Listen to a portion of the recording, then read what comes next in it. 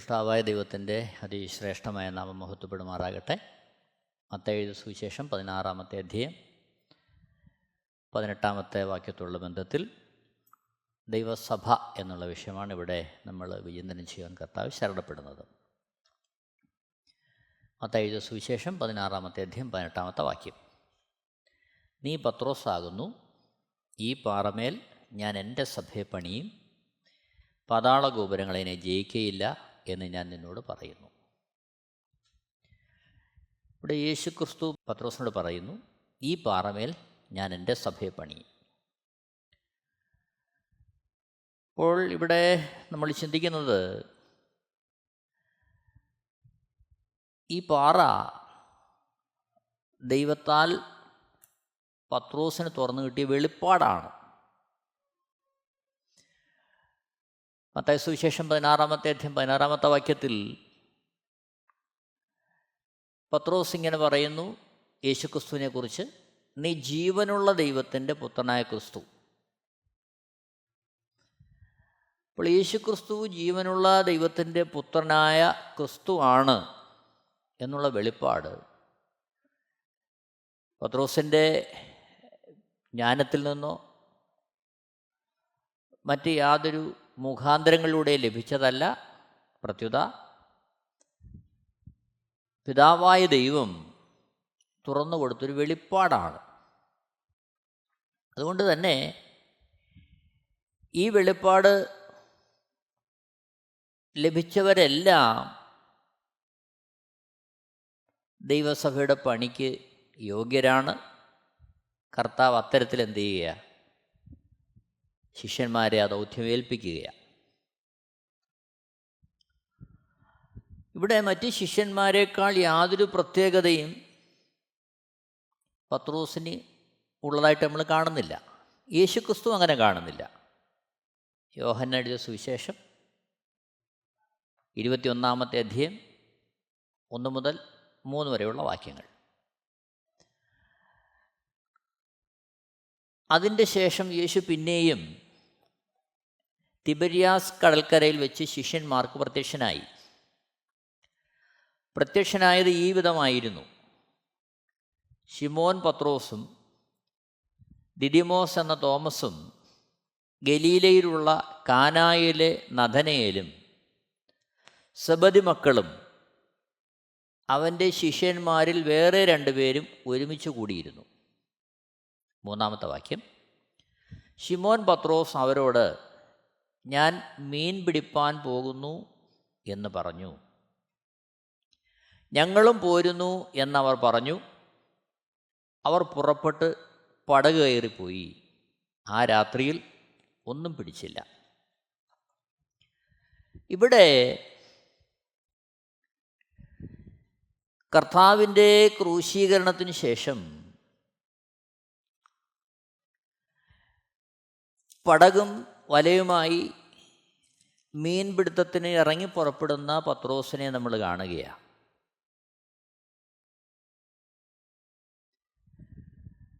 പത്രോസ് കർത്താവിനെ അനുഗമിക്കാൻ തുടങ്ങുന്നത് ഒരു മീൻപിടുത്തത്തിലൂടെയാണ്. ലൂക്കോസ് എഴുതിയ സുവിശേഷം 5-ാമത്തെ അധ്യായം 1 മുതൽ 11 വരെയുള്ള വാക്യങ്ങൾ വായിക്കുമ്പോൾ, രാത്രി മുഴുവൻ അധ്വാനിച്ചിട്ടും ഒന്നും കിട്ടാതെ വലഞ്ഞിരുന്ന പത്രോസിൻ്റെ പടകിനടുത്തേക്ക് യേശുക്രിസ്തു എത്തുകയും ആ പടക് അല്പം നീക്കിയിടാൻ പറഞ്ഞിട്ട് ആ പടകിലിരുന്നു കൊണ്ട് പുരുഷാരത്തോട് സംസാരിക്കുന്ന യേശുക്രിസ്തുവിനെ നമ്മൾ കാണുന്നുണ്ട്. പുരുഷാരത്തോട് സംസാരിച്ച് തീർന്ന ശേഷം യേശുക്രിസ്തു പത്രോസിനോട് പറയുന്നു, ലൂക്കോസ് എഴുതിയ സുവിശേഷം 5-ാമത്തെ അധ്യായം അതിൻ്റെ 4-ാമത്തെ വാക്യം: സംസാരിച്ചു തീർന്നപ്പോൾ അവൻ ശീമോനോട്, ആഴത്തിലേക്ക് നീക്കി മീൻ പിടുത്തത്തിന് വലയിറക്കുവിനെന്ന് പറഞ്ഞു. 5-ാമത്തെ വാക്യത്തിൽ അതിന് ശിമോൻ, നാഥാ, ഞങ്ങൾ രാത്രി മുഴുവനും അധ്വാനിച്ചിട്ടും ഒന്നും കിട്ടിയില്ല, എങ്കിലും നിൻ്റെ വാക്കിന് ഞാൻ വല ഇറക്കാമെന്ന് ഉത്തരം പറഞ്ഞു. അപ്പോൾ യേശുക്രിസ്തുവിൻ്റെ നിർദ്ദേശമനുസരിച്ച് വാക്കുകൾ കേട്ട് പത്രോസ് മീൻപിടുത്തത്തിനിറങ്ങുകയാണ്. 6-ാമത്തെ വാക്യത്തിൽ അവർ അങ്ങനെ ചെയ്തപ്പോൾ പെരുത്ത മീൻകൂട്ടം അകപ്പെട്ട് വല കീറാറായി. അവിടെ ഈ മീൻപിടുത്തം കണ്ട് ലഭിച്ച ആ മീൻകൂട്ടത്തെ കണ്ട് 8-ാമത്തെ വാക്യത്തിൽ ശിമോൻ പത്രോസ് അത് കണ്ടിട്ട് യേശുവിൻ്റെ കാൽക്കൽ വീണു. കർത്താവേ, ഞാൻ പാപിയായൊരു മനുഷ്യനാകൊണ്ട് എന്നെ വിട്ടുപോകണമേ എന്ന് പറഞ്ഞു. അങ്ങനെ യേശുക്രിസ്തുവിൻ്റെ വാക്കനുസരിച്ച് നിമിത്തം വലിയൊരു മീൻകൂട്ടത്തെ കിട്ടി. അതിലവർ സംഭ്രമിച്ചു പോവുകയാണ്. തുടർന്നാണ് 11-ാമത്തെ വാക്യത്തിൽ ലൂക്കോസ് എഴുതിയ സുവിശേഷം 5-ാമത്തെ അധ്യായം 11-ാമത്തെ വാക്യം. പിന്നെ അവർ പടകുകളെ കരയ്ക്കടുപ്പിച്ചിട്ട് സകലവും വിട്ട് അവനെ അനുഗമിച്ചു. അപ്പോൾ യേശുക്രിസ്തുവിൻ്റെ വാക്കിന് വലയിറക്കി മീൻപിടുത്തം കിട്ടി. അതിലാശ്ചര്യപ്പെട്ട് കർത്താവിൻ്റെ വാക്ക് കേട്ട് അവിടുത്തെ അനുഗമിക്കാൻ തയ്യാറാകുകയാണ് പത്രോസും ശേഷം അന്ത്രയോസും യോഹന്നാനും യാക്കോബുമൊക്കെ. എന്നാൽ ഇവിടെ യോഹന്നാൻ്റെ സുവിശേഷം 21-ാമത്തെ അധ്യായത്തിലേക്ക് വരുമ്പോൾ യേശുക്രിസ്തുവിൻ്റെ ക്രൂശീകരണം അവർ കണ്ടു. ഉയർത്തെഴുന്നേറ്റ യേശുക്രിസ്തുവിനെ അവർ കണ്ടു. അതിനുശേഷം മുമ്പോട്ടുള്ള ജീവിതത്തെക്കുറിച്ചുള്ള ആകുലതയിൽ വള്ളവും വലയുമായിട്ട് പത്രോസ് കൂട്ടരെയും വിളിച്ചുകൊണ്ടിറങ്ങുകയാണ്.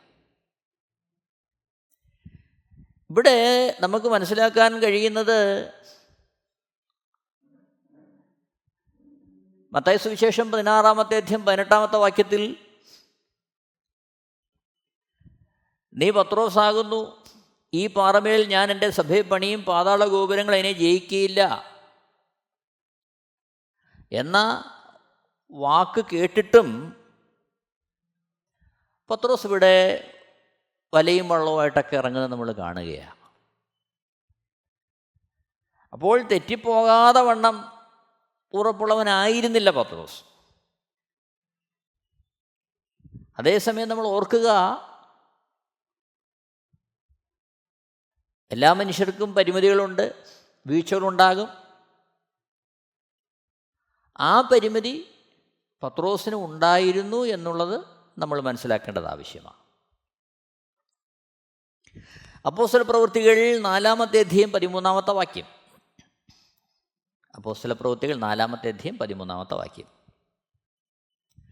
അവർ പത്രോസിൻ്റെയും യോഹന്നാൻ്റെയും ധൈര്യം കാണുകയാലും ഇവർ പഠിപ്പില്ലാത്തവരും സാമാന്യരുമായ മനുഷ്യർ എന്ന് ഗ്രഹിക്കാലും ആശ്ചര്യപ്പെട്ടു. അവർ യേശുവിനോടുകൂടെ ആയിരുന്നവർ എന്നും അറിഞ്ഞു.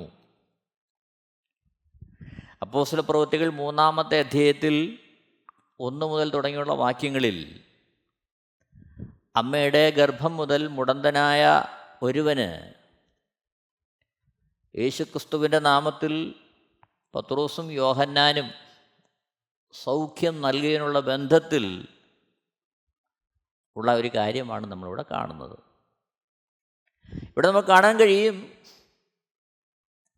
പൊതുജനത്തിൻ്റെ അഭിപ്രായം പത്രോസിനെയും യോഹന്നാനെയും കുറിച്ച് എന്താണ്? ഇവർ പഠിപ്പില്ലാത്തവരും സാമാന്യരുമായ മനുഷ്യർ. നോക്കണം, പത്രോസ് തന്നെ സ്വന്തം അഭിപ്രായത്തിൽ പറയുന്നു. 1 പത്രോസ് 5-ാമത്തെ അധ്യായത്തിൻ്റെ 1-ാമത്തെ വാക്യം. 1 പത്രോസ് 5-1.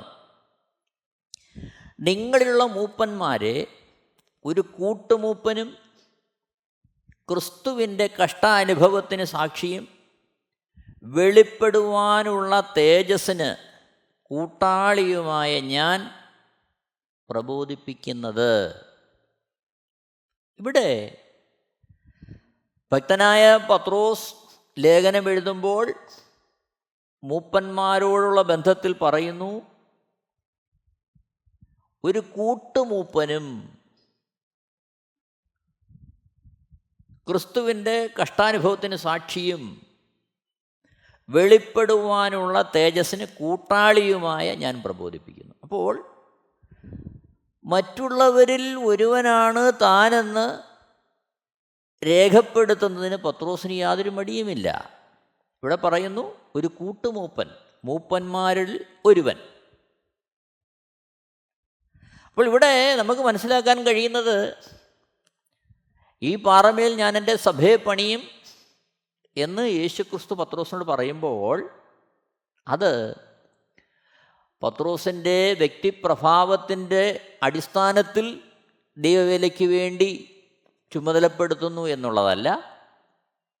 യേശുക്രിസ്തു ജീവനുള്ള ദൈവത്തിൻ്റെ പുത്രനായ ക്രിസ്തു എന്നുള്ള വെളിപ്പാട് ലഭിച്ച ഏതൊരുവനും ദൈവം ഈ ദൗത്യം ഏൽപ്പിക്കുന്നു എന്നുള്ളതാണ് ഇവിടെ നമുക്ക് മനസ്സിലാക്കാൻ കഴിയുന്നത്.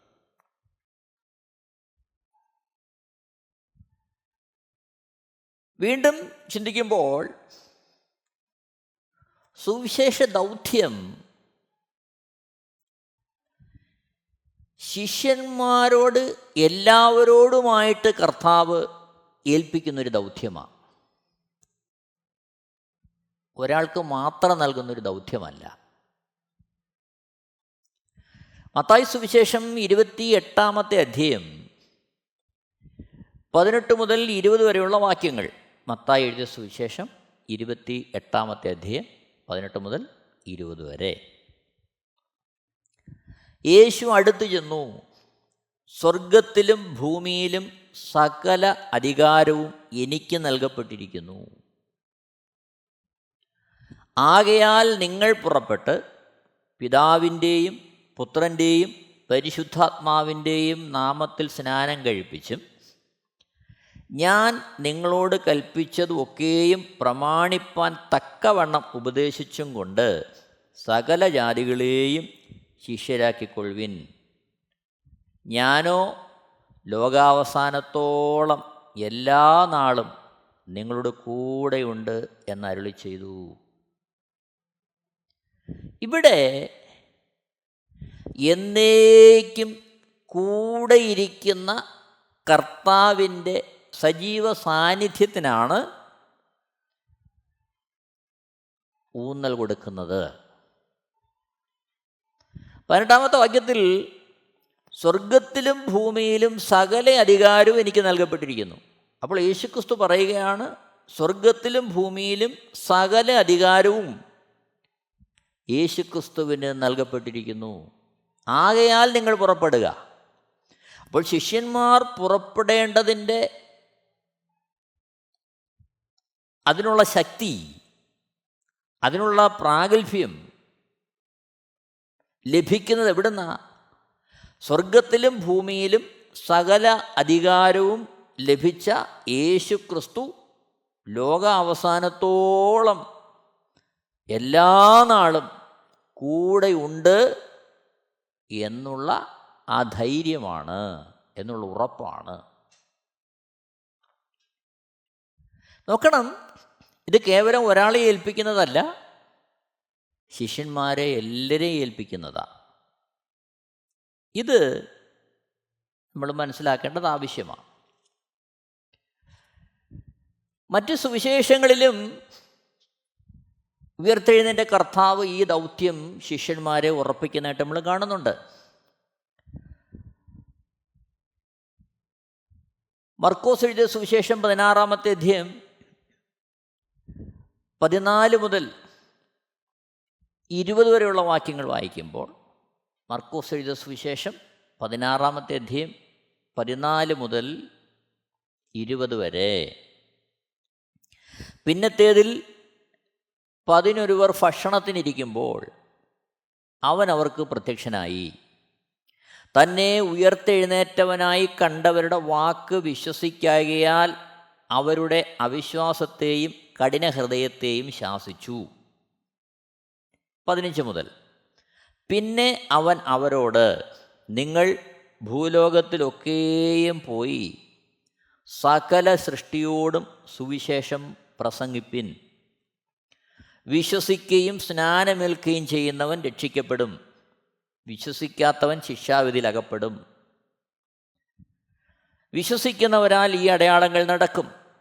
എൻ്റെ നാമത്തിൽ അവർ ഭൂതങ്ങളെ പുറത്താക്കും, പുതുഭാഷകളിൽ സംസാരിക്കും, സർപ്പങ്ങളെ പിടിച്ചെടുക്കും, മരണകരമായ യാതൊന്ന് കുടിച്ചാലും അവർക്ക് ഹാനി വരികയില്ല, രോഗികളുടെ മേൽ കൈവച്ചാൽ അവർക്ക് സൗഖ്യം വരും എന്ന് പറഞ്ഞു. 19 വാക്യം. ഇങ്ങനെ കർത്താവായ യേശു അവരോട് അരുളി ചെയ്ത ശേഷം സ്വർഗത്തിലേക്ക് എടുക്കപ്പെട്ടു, ദൈവത്തിൻ്റെ വലത്തുഭാഗത്തിരുന്നു. ഇവിടെ നമ്മൾ കാണുന്നത് ശിഷ്യന്മാരോട് എല്ലാവരോടുമായിട്ട് പറയുകയാണ്. മർക്കോസ് എഴുതിയ സുവിശേഷം 16 അതിൻ്റെ 15 വാക്യം. പിന്നെ അവൻ അവരോട്, ശിഷ്യന്മാരോട് എല്ലാവരുമായിട്ട് പറയുകയാണ്. അപ്പോഴിതെല്ലാവർക്കും യേശുക്രിസ്തു ഭരമേൽപ്പിക്കുകയാണ്.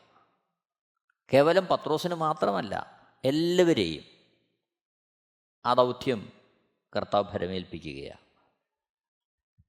20 വാക്യത്തിലേക്ക് വരുമ്പോൾ മർക്കോസ് എഴുതിയ സുവിശേഷം 16:20. അവർ പുറപ്പെട്ട് എല്ലായിടത്തും പ്രസംഗിച്ചു, കർത്താവ് അവരോട് കൂടെ പ്രവർത്തിച്ചും അവരാൽ നടന്ന അടയാളങ്ങളാൽ വചനത്തെ ഉറപ്പിച്ചും പോന്നു. ഇവിടെ കർത്താവിൻ്റെ വാക്കുകളെ കേട്ട് ഇറങ്ങി പുറപ്പെട്ട ശിഷ്യന്മാരോടൊപ്പം കർത്താവ് ഇരുന്നു, പ്രവർത്തിച്ചു, വചനത്തെ ഉറപ്പിച്ചു. ഇവിടെ നാം ഓർക്കേണ്ടത് ഒരു വ്യക്തികളുടെയും പ്രത്യേകത കൊണ്ടല്ല, മറിച്ച് മത്തായി സുവിശേഷം 28 അതിൻ്റെ 18 മുതൽ 20 വരെ വായിക്കുന്നത് പോലെ യേശുക്രിസ്തുവിന് സ്വർഗത്തിലും ഭൂമിയിലും സകല അധികാരവും ലഭിച്ചു. ആ അധികാരവുമായി നാം പുറപ്പെടുക, ലോകാവസാനത്തോളം ശിഷ്യന്മാരോട് കൂടെ ഇരിക്കുമെന്ന് അരുളി ചെയ്ത ശിഷ്യന്മാരാൽ കർത്താവ് അന്നും പ്രവർത്തിക്കുന്നു, ഇന്നും പ്രവർത്തിക്കുന്നു. അവിടുത്തെ രാജ്യത്തിൻ്റെ വേല തികച്ചുകൊണ്ടേയിരിക്കുന്നു. അപ്പോൾ ഇത് കർത്താവിനെ അറിഞ്ഞ ശിഷ്യത്വത്തിലേക്ക് പ്രവേശിക്കുന്ന സകലർക്കുമായിട്ട് കർത്താവ് നൽകുന്ന ദൗത്യമാണ്. മർക്കോസ് എഴുതിയ സുവിശേഷം 16 20 വാക്യത്തിൻ്റെ വിശാലതയാണ് അപ്പോസ്തല പ്രവൃത്തികളിൽ മുഴുവൻ നമ്മൾ കാണുന്നത്.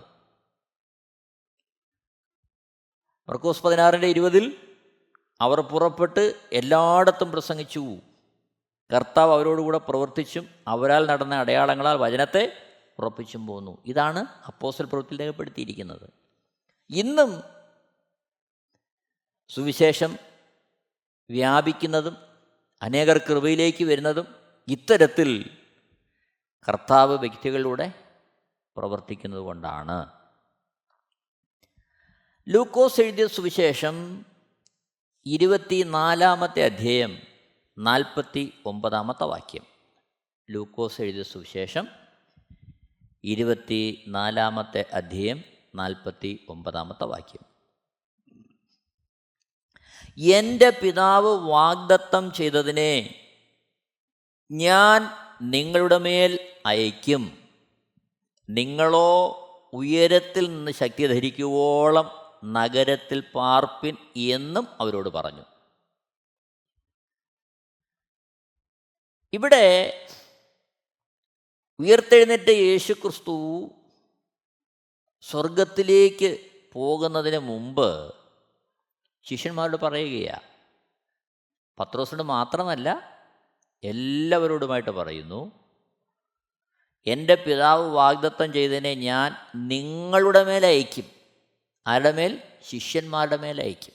ഒരാളുടെ മേലല്ല, ശിഷ്യന്മാരുടെ എല്ലാവരുടെയും മേൽ. അതിനായിട്ട് നിങ്ങൾ എന്ത് ചെയ്യണം? നഗരത്തിൽ പാർക്കണം. കർത്താവ് പറഞ്ഞിരിക്കുന്ന ആ വാഗ്ദത്തത്തിനായിട്ട് അവർ കാത്തിരിക്കണം. അപ്പോസ്തല പ്രവൃത്തി 1 4 വാക്യത്തിലും ഉയർത്തെഴുന്നേറ്റ കർത്താവിൻ്റെ ഈ ഒരു പ്രബോധനത്തെ നമ്മൾ കാണുന്നുണ്ട്.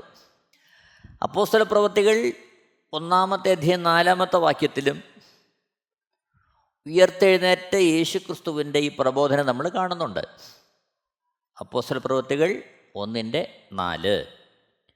അങ്ങനെ അവൻ അവരുമായി കൂടിയിരിക്കുമ്പോൾ അവരോട്, നിങ്ങൾ യെരുശലേമിൽ നിന്ന് വാങ്ങിപ്പോകാതെ എന്നോട് കേട്ട പിതാവിൻ്റെ വാഗ്ദത്തത്തിനായി കാത്തിരിക്കണം. ഇവിടെ അവരോട്, അതിനർത്ഥം കേവലം പത്രോസിനോട് മാത്രമല്ല, ശിഷ്യന്മാരെ എല്ലാവരെയും സുവിശേഷ ദൗത്യത്തിനായിട്ട് കർത്താവ് ഉത്സാഹിപ്പിക്കുന്നതായിട്ട് നമ്മളിവിടെ കാണുകയാണ്. അപ്പോസ്തല പ്രവൃത്തികളിൽ മുഴുവൻ നമ്മൾ പരിശുദ്ധാത്മാവിൻ്റെ പ്രവൃത്തികൾ കാണുകയാണ്. ശിഷ്യന്മാരിലൂടെ പരിശുദ്ധാത്മാവ് എങ്ങനെ പ്രവർത്തിച്ചു, ശിഷ്യന്മാർ പരിശുദ്ധാത്മാവെന്ന കാര്യസ്ഥൻ്റെ ഉപദേശത്തെ ഏതളവിൽ അനുസരിച്ചു, അനുസരിക്കാതെ മുന്നോട്ട് പോയുള്ള ജീവിതത്തിൽ എന്തൊക്കെ വീഴ്ചകളുണ്ടായി, ഇതെല്ലാം അപ്പോസ്തല പ്രവൃത്തികളിൽ നമുക്ക് കാണാൻ കഴിയും. ചുരുക്കത്തിൽ ഇവിടെ നമ്മൾ ഓർക്കേണ്ട കാര്യം, മത്തായി സുവിശേഷം 16-ാമത്തെ അധ്യായം 18-ാമത്തെ വാക്യത്തിൽ, നീ പത്രോസാകുന്നു, ഈ പാറമേൽ ഞാൻ എൻ്റെ സഭയെ പണിയും, പാതാള ഗോപുരങ്ങൾ അതിനെ ജയിക്കയില്ല എന്ന് പറയുമ്പോൾ അത് പത്രോസിൻ്റെ ഏതെങ്കിലും അപ്രമാദിത്യം കൊണ്ടോ ഏതെങ്കിലും പ്രത്യേകത കൊണ്ടോ പത്രോസിനായിട്ട് മാത്രം ഏൽപ്പിക്കുന്നൊരു ദൗത്യമല്ല, മറിച്ച് യേശുക്രിസ്തു ജീവനുള്ള ദൈവത്തിൻ്റെ പുത്രനായ ക്രിസ്തു എന്നുള്ള വെളിപ്പാട് പ്രാപിച്ചവരെ ദൈവസഭയുടെ പണിക്കായി, സുവിശേഷ വേലയുടെ ദൗത്യത്തിനായിട്ട് കർത്താവ് തിരഞ്ഞെടുക്കുന്നു, ഭരമേൽപ്പിക്കുന്നു. അതാണ് നമ്മളിവിടെ കാണുന്നത്.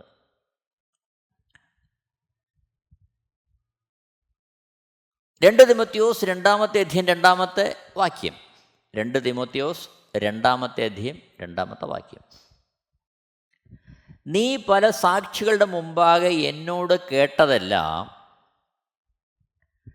മറ്റുള്ളവരെ ഉപദേശിപ്പാൻ സമർത്ഥരായ വിശ്വസ്ത മനുഷ്യരെ ഭരമേൽപ്പിക്കുക.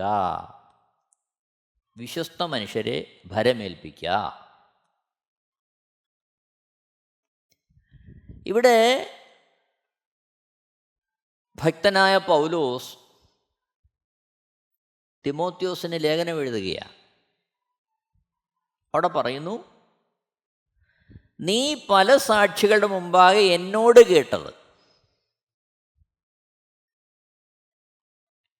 അപ്പോൾ പൗലോസിൽ നിന്ന് തിമോത്തിയോസ് കേട്ടത് എന്ത് ചെയ്യണം? മറ്റുള്ളവരെ ഉപദേശിപ്പാൻ സമർത്ഥരായ വിശ്വസ്ത മനുഷ്യരെ. ഇപ്പോൾ ഇവിടെ 4 തലമുറകളെ കാണുകയാണ്. ഒന്ന് പൗലോസ്, രണ്ടാമത് തിമോത്തിയോസ്. ആ തിമോത്തിയോസ് എന്ത് ചെയ്യണം? മറ്റുള്ളവരെ ഉപദേശിപ്പാൻ സമർത്ഥരായ വിശ്വസ്ത മനുഷ്യരെ. അപ്പോൾ 4 നിലകളിലുള്ള പ്രവർത്തനം, 4 കാലഘട്ടത്തിലേക്കുള്ള പ്രവർത്തനം. അതായത് കേവലം പത്രോസിലെ എന്തെങ്കിലും വ്യക്തിപ്രഭാവം കൊണ്ട് ഏൽപ്പിക്കുന്നതല്ല, മറിച്ച് യേശുക്രിസ്തു ജീവനുള്ള ദൈവത്തിൻ്റെ പുത്രൻ എന്നുള്ള വെളിപ്പാട് പ്രാപിച്ച സകലരെയും ദൈവരാജ്യത്തിൻ്റെ വിശാലതയ്ക്ക് വേണ്ടി ശിഷ്യത്വത്തിലേക്ക് അനേകരെ നടത്തുവാൻ പ്രാപ്തിയുള്ള ശിഷ്യന്മാരായിരിക്കുവാൻ കർത്താവ് വിളിക്കുന്നു, കർത്താവ് ആഹ്വാനം ചെയ്യുന്നു. അപ്പോൾ നാം മനസ്സിലാക്കേണ്ടത്, നമ്മളെയും കർത്താവ് ഈ നിരയിൽ കണ്ടിരിക്കുകയാണ്. കേവലം കർത്താവിനോടൊപ്പം നടന്ന ശിഷ്യന്മാർക്ക് മാത്രമല്ല, നീ ജീവനുള്ള ദൈവത്തിൻ്റെ പുത്രനായ ക്രിസ്തു എന്ന് കർത്താവിനോട് പറയുവാൻ ഇടയായിത്തീർന്ന പത്രോസിനോട് മാത്രമല്ല, നമുക്കെല്ലാവർക്കും കർത്താവ് ഈ വാഗ്ദത്തം തന്നിരിക്കുന്നു. അതുകൊണ്ട് കർത്താവിന് വേണ്ടി ആ അളവിൽ മുന്നോട്ട് പോകുവാൻ നമുക്ക് നമ്മളെ തന്നെ സമർപ്പിക്കാം. ദൈവത്തിൻ്റെ ധന്യമായ നാമം മഹത്വപ്പെടുമാറാകട്ടെ.